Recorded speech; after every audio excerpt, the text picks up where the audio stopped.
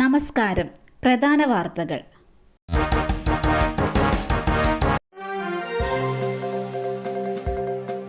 ഗുരുവായൂർ നഗരസഭാ പാർക്കിലെ ഗാന്ധി പ്രതിമ വികലമായി സ്ഥാപിച്ചു. പ്രതിഷേധം ശക്തം. ഗുരുവായൂർ നഗരസഭാ പാർക്കിൽ വെച്ച ഗാന്ധി പ്രതിമയ്ക്കെതിരെ പ്രതിഷേധം ശക്തമാകുന്നു.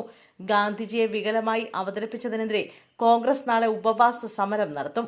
ഗുരുവായൂർ നഗരസഭയുടെ കോട്ടപ്പടി ബയോ പാർക്കിലാണ് രാഷ്ട്രപിതാവ് മഹാത്മാഗാന്ധിയുടെ പ്രതിമ വികലമായി സ്ഥാപിച്ചത്. കാലിയായ സിലിണ്ടർ മാറ്റി പുതിയത് കണക്ട് ചെയ്ത നിമിഷങ്ങൾ.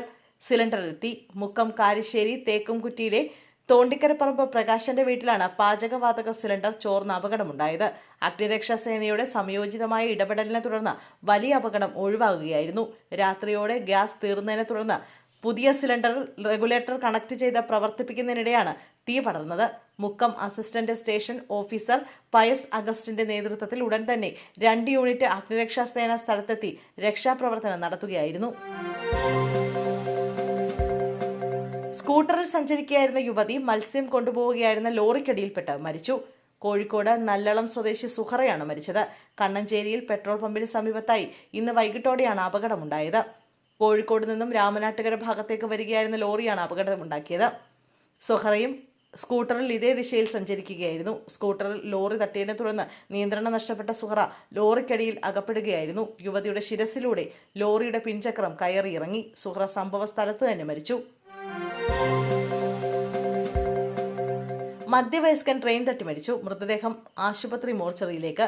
റെയിൽവേ ഗേറ്റിന് സമീപം മധ്യവയസ്കൻ ട്രെയിൻ തട്ടി മരിച്ചു. വടകര വണ്ണാത്തി റെയിൽവേ ഗേറ്റിന് സമീപം രാത്രി 7:15 സംഭവം. മംഗലാപുരം പുതുച്ചേരി എക്സ്പ്രസ് ആണ് ഇടിച്ചത്. മൃതദേഹം വടകര ഗവൺമെന്റ് ജില്ലാ ആശുപത്രി മോർച്ചറിയിലേക്ക് മാറ്റി. ആളെ തിരിച്ചറിഞ്ഞിട്ടില്ല. ചാരുമൂട് സ്വദേശിയുടെ 1 കോടി തട്ടിയ കേസിൽ അറസ്റ്റ്. കടലാസ് കമ്പനിയുടെ പങ്കാളിയാക്കാമെന്ന് വാഗ്ദാനം ചെയ്ത് വിരമിച്ച സർക്കാർ ജീവനക്കാരന്റെ 1 കോടി തട്ടിയ കേസിൽ പ്രതി പിടിയിൽ. ചുനക്കര കരിമുളയ്ക്കൽ സാജൻ നിവാസിൽ എസ് സാജനാണ് നൂറനാട് പോലീസിന്റെ പിടിയിലായത്. ചാരുമൂട് സ്വദേശി സംസ്ഥാന കശുവണ്ടി കോർപ്പറേഷനിൽ നിന്ന് വിരമിച്ച ഉദ്യോഗസ്ഥന്റെ 1 കോടി തട്ടിയെടുത്ത കേസിലാണ് അറസ്റ്റ്. പഞ്ചാബ് കേന്ദ്രീകരിച്ച് പ്രവർത്തിക്കുന്ന SSR ഡിസ്റ്റിലറീസ് എന്ന മദ്യനിർമ്മാണ സ്ഥാപനത്തിന്റെ പാർട്ട്ണർ എന്ന് പരിചയപ്പെടുത്തിയാണ് സാജൻ തട്ടിപ്പ് നടത്തിയത്. കേരള ബിവറേജസ് കോർപ്പറേഷനിൽ മദ്യ ബ്രാൻഡുകൾ ഡിസ്ട്രിബ്യൂഷൻ നടത്തുന്നതിന് പ്രൊമോട്ടറായി കമ്പനിയിൽ ചേർക്കാമെന്നായിരുന്നു വാഗ്ദാനം. കേസിൽ കൂട്ടുപ്രതികളാണെന്ന് സംശയിക്കുന്ന സാജന്റെ ഭാര്യ അടക്കമുള്ളവർ ഒളിവിലാണ്.